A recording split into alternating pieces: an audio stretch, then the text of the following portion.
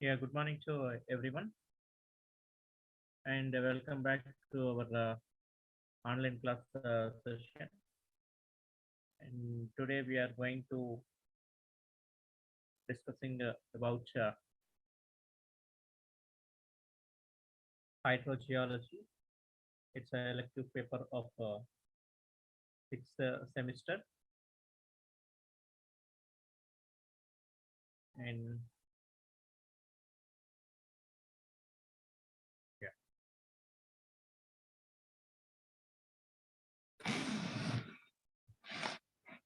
these are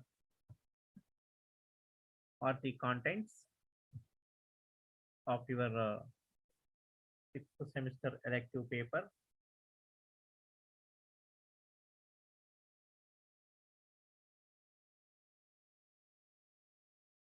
Yes,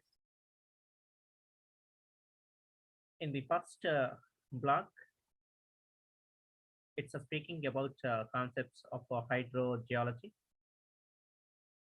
The first unit, it's a hydrological cycle. Second unit is the distribution and occurrence of groundwater. Third unit, aquifer properties and Darcy's law. Block 2, it's a groundwater exploration. And again, block 2, it has three units. Fourth unit is speak about geological exploration of a groundwater.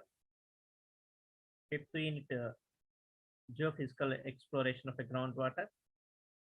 Sixth unit, remote sensing and GIS for groundwater application studies.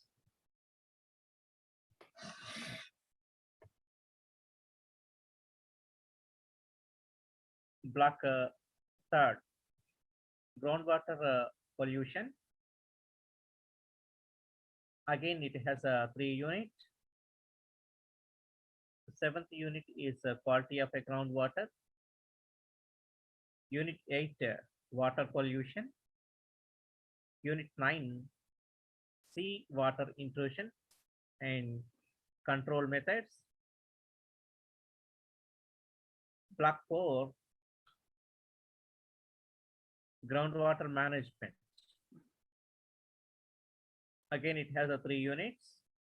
Unit 10, groundwater management. Unit 11, watershed management. Unit 12, groundwater modeling. These are the contents.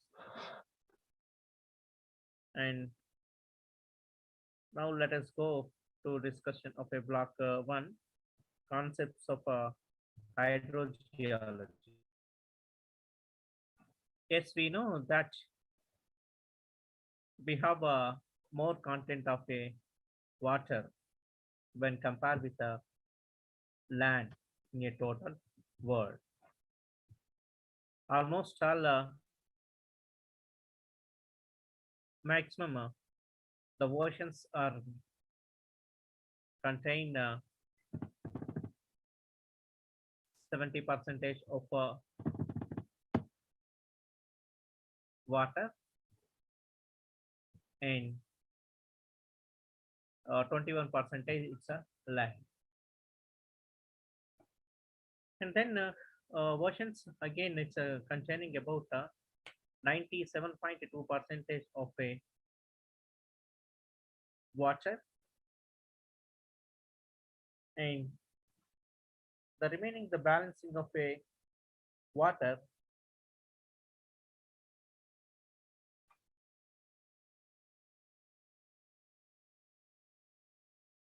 the freshwater it contains 2.15 percentage. It is in ice caps and glaciers. 0.62 percentage it is occurred in a soil and groundwater. 0.017 percentage is a surface water, and only 0.001 percentage it is available in a atmosphere. So that oh, the major place it is occupied by the ocean content. The ocean content it's contain about 97.2 percentage of the water in the total world. And again, it's how the ocean water will be formed and how the ice caps water and groundwater surface water will be formed. Yeah, if you wanted we to know that, definitely we have to discuss about hydrological cycle. What it is a hydrological cycle? Is it a hydrological cycle? Is it a continuous process? Yes, definitely. It is a continuous process.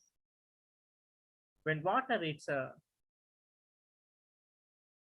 come to the down from the clouds in the formation of a rain droplets, and it's a fill the basins. It is happening in a rainy seasons, and after some time pass, the water again it's going to the back in the formation of a evaporation from the wherever the basins are filled by the water, like oceans, seas, or land surfaces which are filled by the water, and these water content will go back into the atmosphere in the formation of the evaporation. So that these basins are ocean basins or sea basins or land basins which are filled in a rainy season due to the heavy rains, precipitate, and the land surfaces which are all filled, and the same water it is going to evaporate in a hot season. The weather conditions also playing very important role in this case, because of when the water is going to be evaporate with using in the presence of a huge amount of a temperature, in the presence of a huge temperature, the water it is going to evaporate, and it's going to the back into the atmosphere in the form of a evaporation. And this is a circulation process. What it is that the water it's a precipitate onto the land, and it's going to the atmosphere, and in the atmosphere certain clouds will be formed, and again it is back into the surface. So that this is a circulation process from atmosphere to land and land to atmosphere and in the form of the clouds, and again it's coming back to the surface. So here the water vapor it's a condenses and precipitates on the lands and the oceans. Due to this circulations only it is happening. And again, the precipitated water may be intercepted by the vegetation. Yes, sometimes it's the overland flow and over the ground surface, and Some of the water it is infiltrate into the ground, and some of the water it's a flow through the soil and it's going into the subsurface, and some of the water it is a discharge as a runoff, so that the evaporation from a land and as surface it comprises evaporation directly from soil, vegetation, and the surface, and there is a transpiration process will be also there. Due to this transpiration process, the plants which are absorbing the water from the roots and the leaves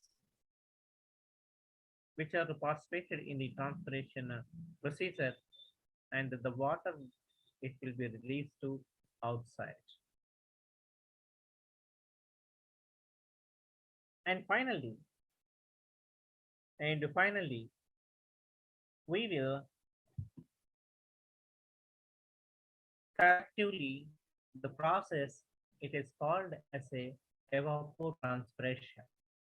It is called as a evapotranspiration. Now this is the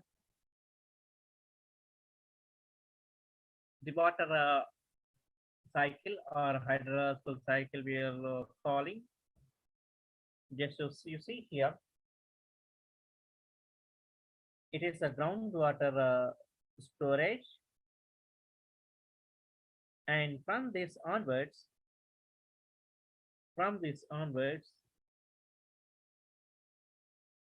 it's absorbing the water from the ocean contents, and the water it is a storage in the oceans,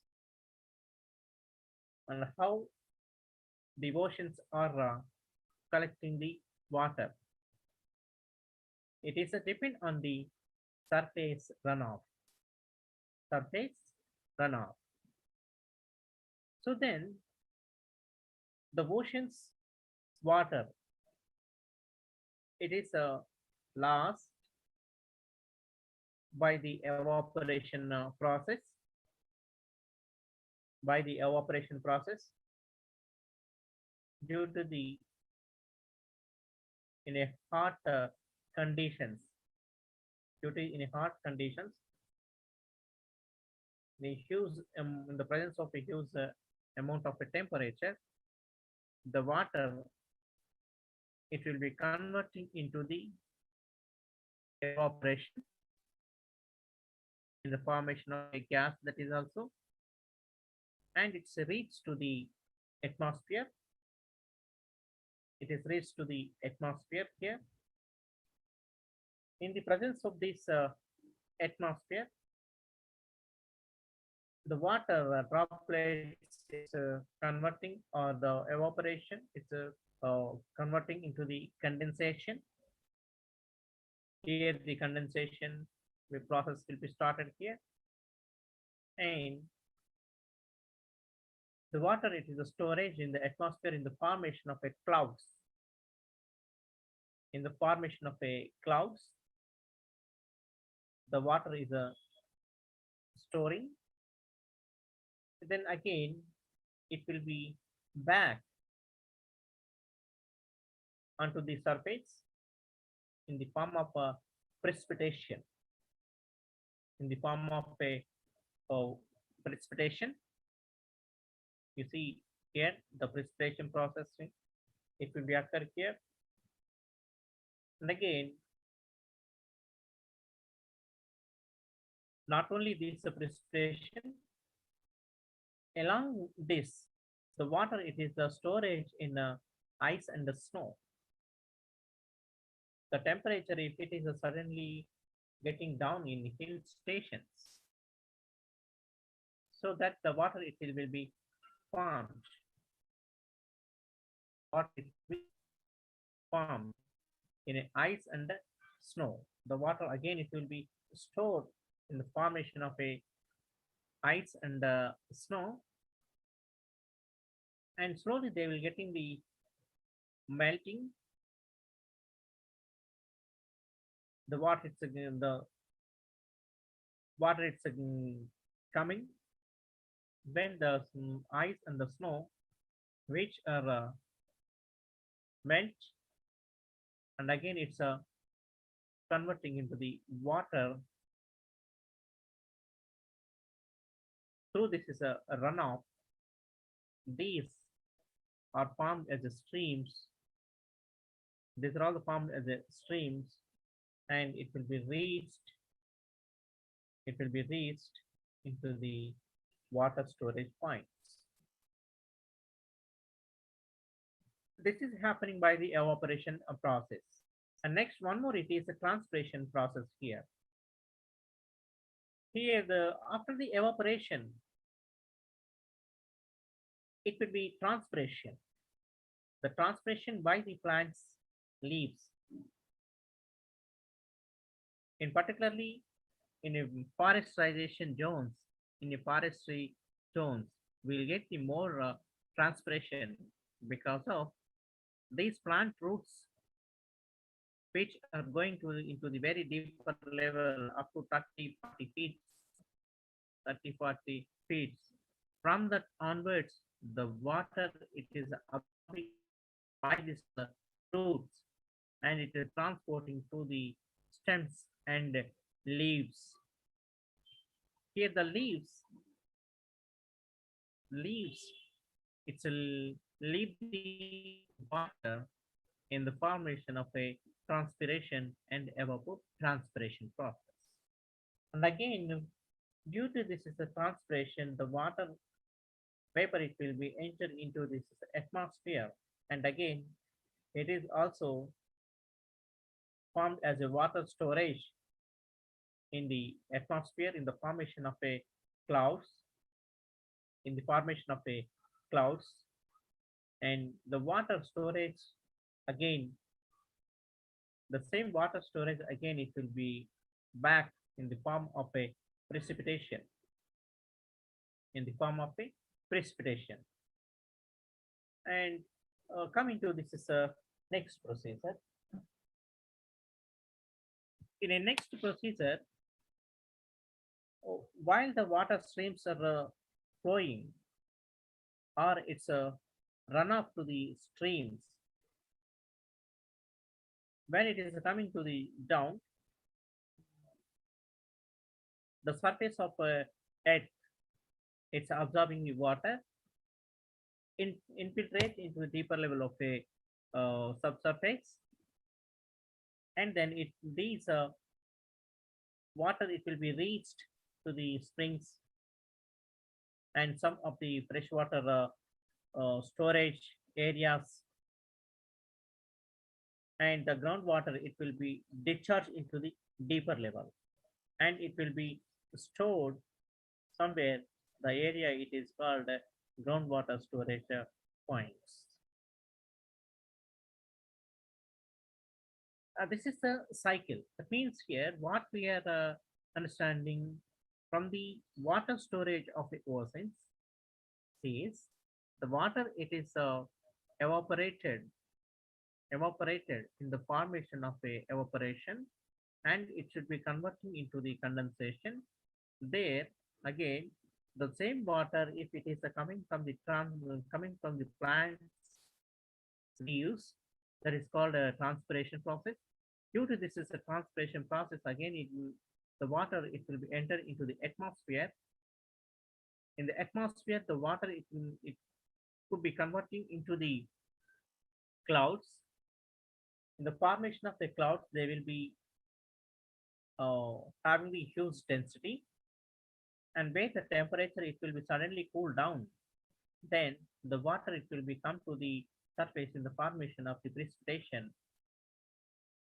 In the formation of a precipitation, it will come to the down, or it will be reached to the surface, and again the runoff into the streams, the water it will be reached into the storage points. This is the procedure. And then here, there is a here this is a cycle.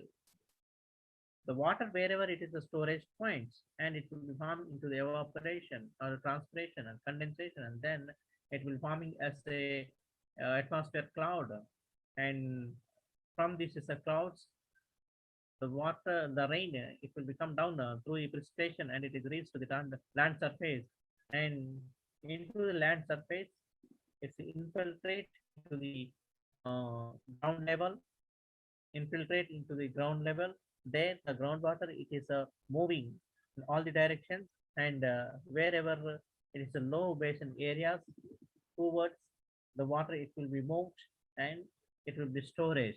The point storage point it is called groundwater storage. Yeah, this is a evaporation process. Just now I told you, but once again, I'll explain. Evaporation, yes, it is a process where the water it's a changes from it's a liquid to the gas, liquid to the gas or vapor, and also it's having the H2O components only, and evaporation it is a primary pathway. The water it's moved from the liquid state, from the liquid state into the gaseous state, and again it will be back, again it will be back into the land surface, or it will back into the storage point of oceans in the formation of a uh, water cycle. The ocean, seas, lakes, and rivers, which are the producing about a 90 percentage of the moisture into the atmosphere by the evaporation process. And the remaining train 10 percentage, it's maybe from contributed by the plant transpiration. And again here, what it is the temperature, the boiling point, what it is required. The water it will be can easily evaporate. How it can be easily evaporate? At what is the temperature it is required? It's a required 100-degree centigrade. 100-degree centigrade it's required, and then only between this is a water, the bonds it will be breaking, and then easily it will be converting into the liquid stages to the gaseous stage. And condensation, this the condensation it is opposite of evaporation. I told you that is when uh, saturated of air it's getting the cool below the dew point, and almost that means it's getting the cool, and it has a constant pressure, and it become fully saturated with a water. That means these are all having full of a water. And when you compare it outside of a glass ice water like that, yeah, the transpiration, yeah, that's the transpiration process, or just when we release the water vapor, when we release the water vapor, if you can breathe, and the plants also to do the same. Almost the term it is called as a transpire. It is similar to that breathe. The plants are having the breathing system like us. Same. The water vapor it is a transpired from the plant leaves. I told you just now, previous just before. I told you that the plant leaves which are leaved the water molecules through their stomatos, and it is released in the drops of a water.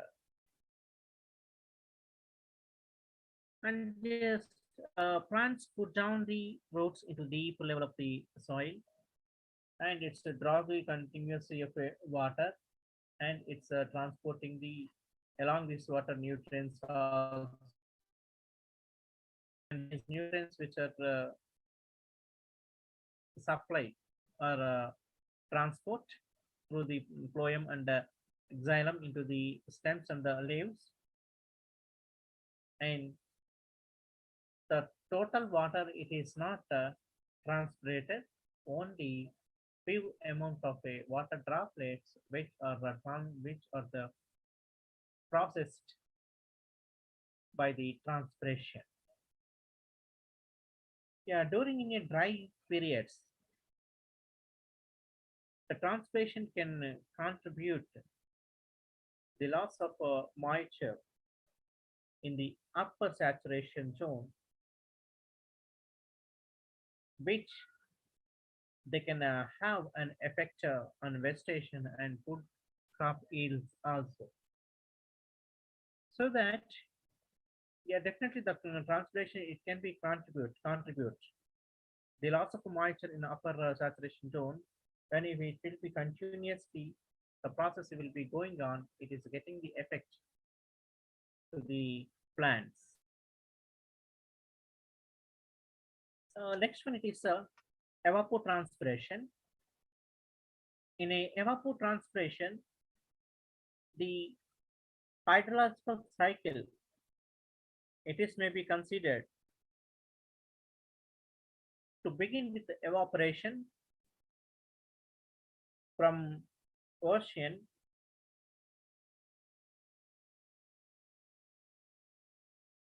not only from the ocean, from other water bodies, from other water bodies, the process may it will become from the transpiration from plants.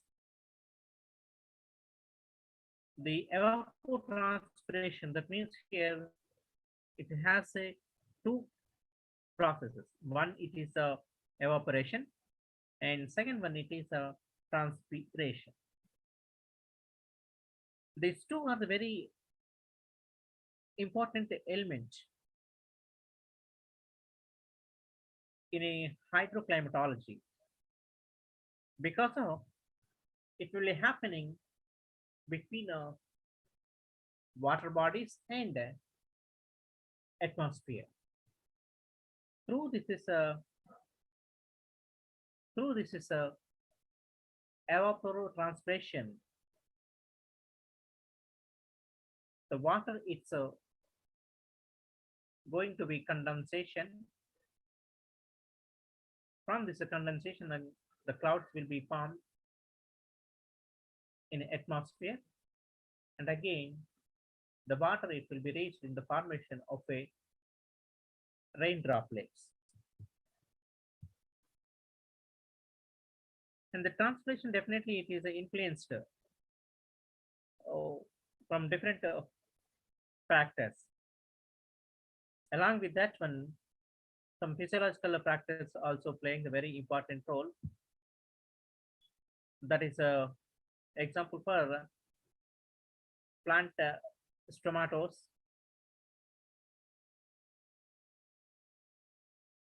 which are the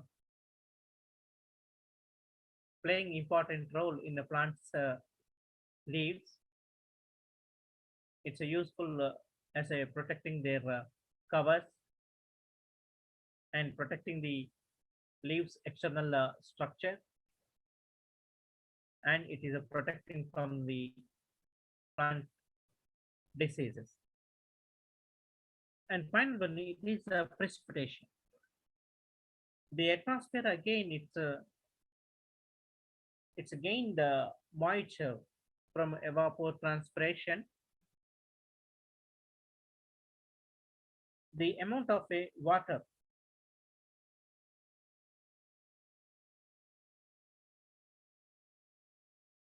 the amount of a water vapor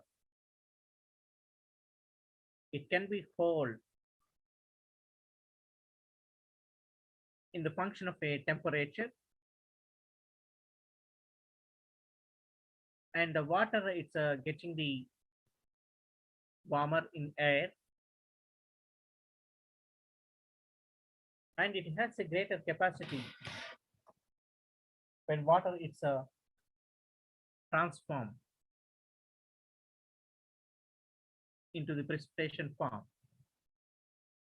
The precipitation process it's a begin with the formation of a clouds, which are composition of a water droplets or ice crystals, or both they were formed by the condensation process, or it is a sublimation of a water vapor, and it is a depend on the condensation nuclei.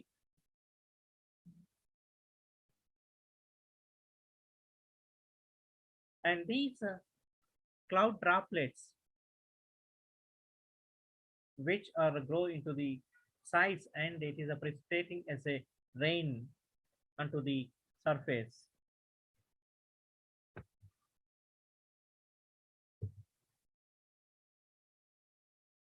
Yeah, the groundwater system in hydrological cycle, the groundwater itself constitutes. We know that one portion of Earth's water circulatory system, and it's known as a hydrological cycle. The groundwater it's a constitutes one portion of the water circulatory system. That means three parts of water it is occupied on a Earth, and only one portion it was formed by the water, and it has a cycle from the water into the atmosphere, and atmosphere to the surface, and surface to the water, water into the atmosphere, and this is a cycle. Based on this is a cycle, the water it is circulated from one phase to the another phase. Yes, we know that there are various factors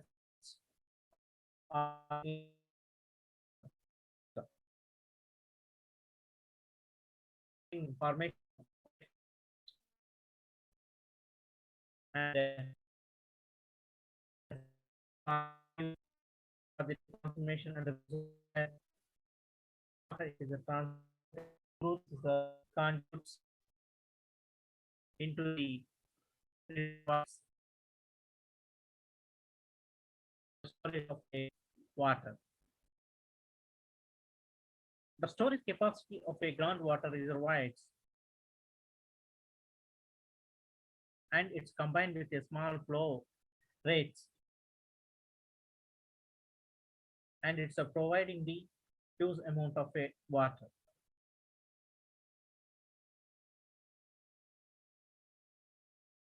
And the same it is distributed by the different sources, and the water it is supplied.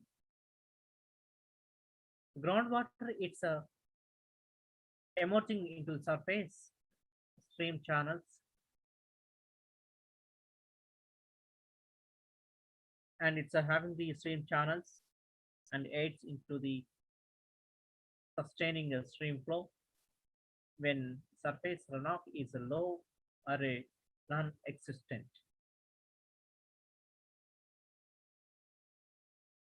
The principal sources are natural recharge, including with the precipitation, stream flow, lakes, and reservoirs. The other contributions, the other contributions are, we know that artificial recharge, it is occurs from the excess of irrigation, seepage canals, And sometimes the water is purposely applied into the argument groundwater supplies. Based on these, the water it is gathering or recharging in by the natural process and also artificial process. Yeah, the groundwater flow system it's a comprises surface water and geological media. Geological media means it's having the pores on their surfaces, and these is, porous media it's containing the water bodies or contain the water, and through this is porous, the water it will be transmitting. And one more, it is a flow boundaries, and another one is outcrop or flow from the aquifers. Later we'll discuss the what is the aquifer.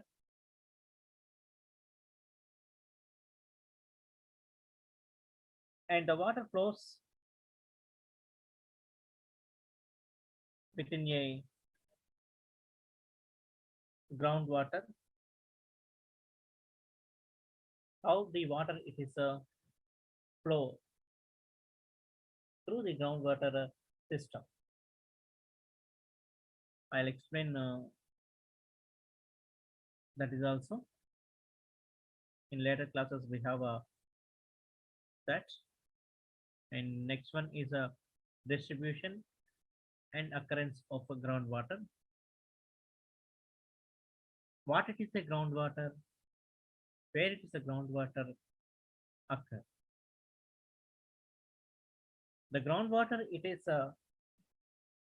available when at the earth surface, and it is available in the soil pores. The soil pores which are having the faces in the fractures of a rock formations. In the fractures of a rock formations. This is the occurrence property. The groundwater it is water. It is available when at the earth surface in the soil pore, and the same soil pores it's having the spaces on surface, and the same the rock is having this some fractures. The fractures are filled by the groundwater.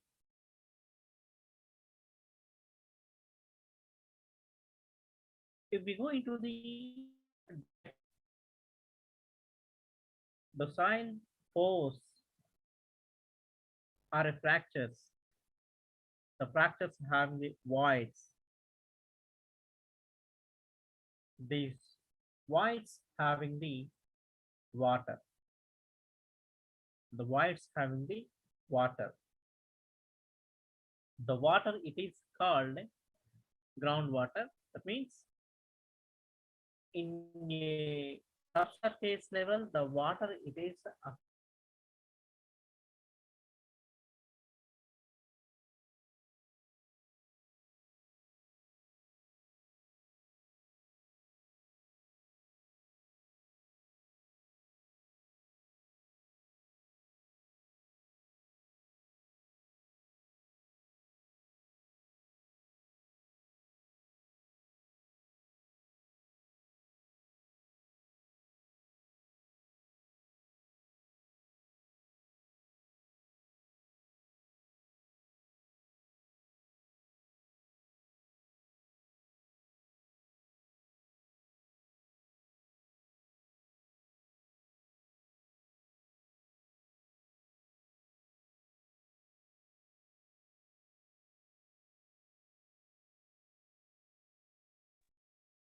sorry for the interruption. It's a network problem.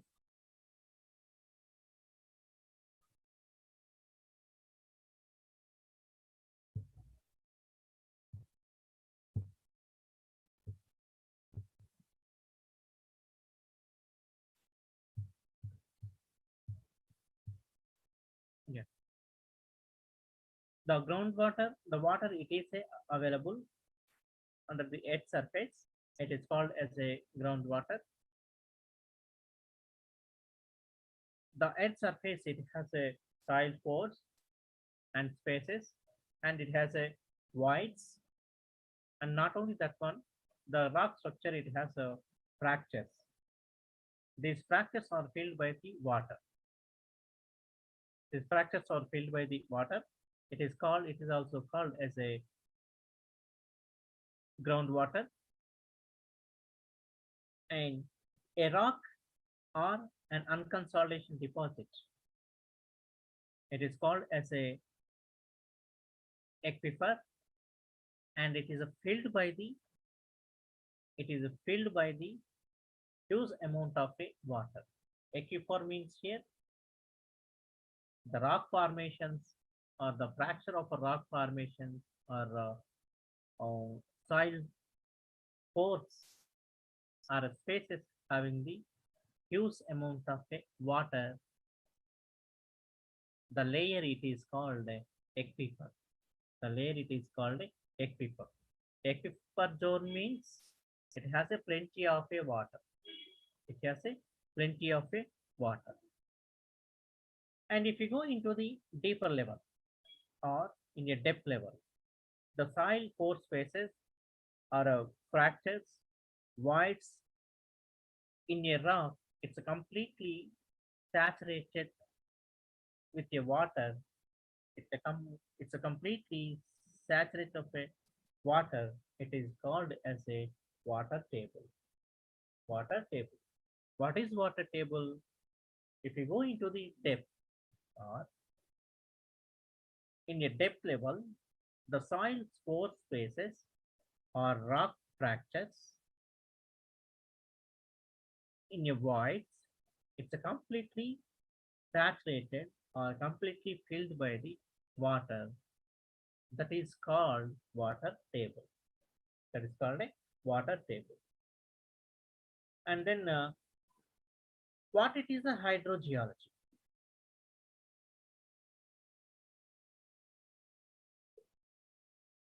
What it is a hydrogeology? The distribution and movement of a groundwater. The distribution and a movement of a groundwater. The groundwater. That means we are studying about this is a groundwater. It is called as a hydrogeology. The hydrogeology deals.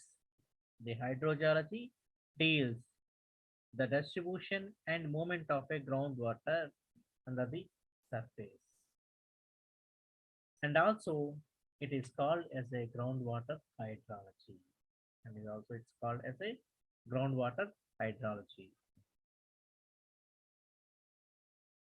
Subsurface distribution of a groundwater.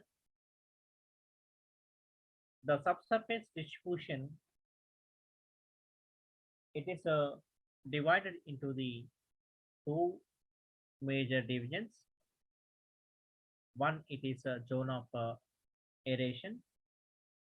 Second one it is a zone of saturation. What is the zone of aeration? Here, the zone of aeration means the zone is consisting of a gases.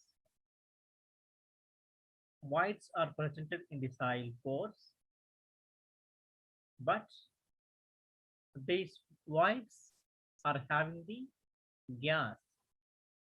There is no water filling here. Only the gaps are filled by the gases. Such type of zone of aeration it is called unsaturation zone. Unsaturation zone. Because of unsaturated means no water will be there. The voids doesn't have any water molecules in their pores, or the voids doesn't have any water. Nothing water will be there. But even though little amount of water it's filled by the some whites, but it is not considered as a saturation zone. It is considered as a unsaturated zone. This type of unsaturation zone is called as a zone of aeration, and it is divided into the three subdivisions or three types. One, it is a zone of a soil moisture. Second one, it is a intermediate zone. Third one is capillary fringe. And there are no boundaries between the various zones. The soil water zone,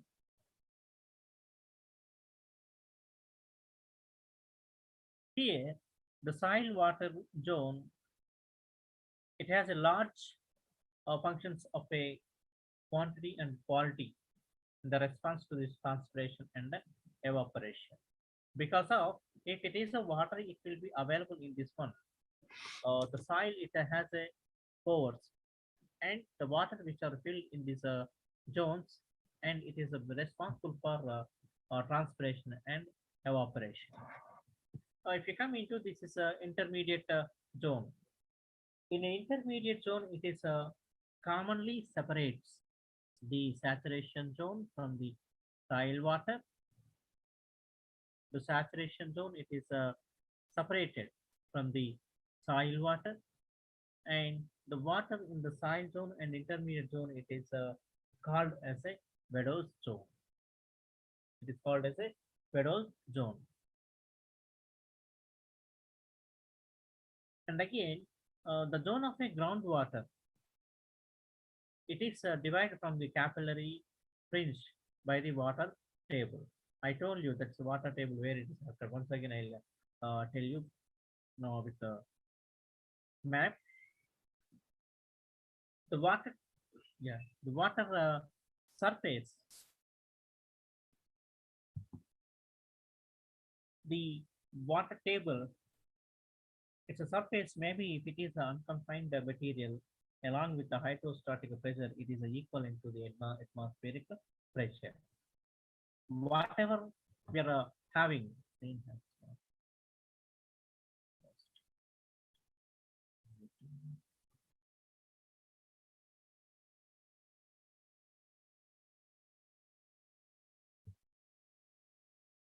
sorry. Yeah, this is a vertical distribution of a groundwater, and here we'll see it's a top portion. It is showing the ground surface. It's showing the ground surface. If we come into the deeper level by the one by one, here we can see zone of aeration or Beddoes zone. In the zone of aeration, it has a completely gases, but little amount of the water will be there, and it was located above the water table. I'll show you water table here, and next part will come into the deeper level of ground, and this part it is showing the groundwater. This part it is showing the groundwater, and when you come into the again down, it is a impermeable rock, and again if you go into the up to impermeable rock, and here it is mentioned the zone of saturation. I'll tell you one by one. Come from first onwards. You see this is the first one. It is a zone of aeration or Beddoes water, and second one it is a groundwater or phreatic water. Based on these two divisions, and again the soil water zone, it was here. You can see up to from groundwater surface to the midpoint of a zone of aeration. Here it's containing the mixed zone. It is a soil and water zone. It's soil and water zone, and it is filled by the water molecules. The soil it has a pores, and those pores it is filled by the water, and along this water, some voids also having the gases. It is a mixed zone. And next, coming to the intermediate Bedouin zone. The intermediate Bedouin zone it is located between the capillary zone and the soil water zone. I told you this is it's also having some water and gases, little amount of gases and little amount of water. And when come into this is a nearby the water table. In this water table, it's a maximum. It is related to the capillary zone. What it is a capillary zone? Let us see that capillary zone. The capillary zone it is a subsurface layer. The groundwater it is seeps into capillary zone. It's nearby the water table or nearby the water body, and this capillary zone it's filled by the or the voids are filled by the water. The voids are filled by the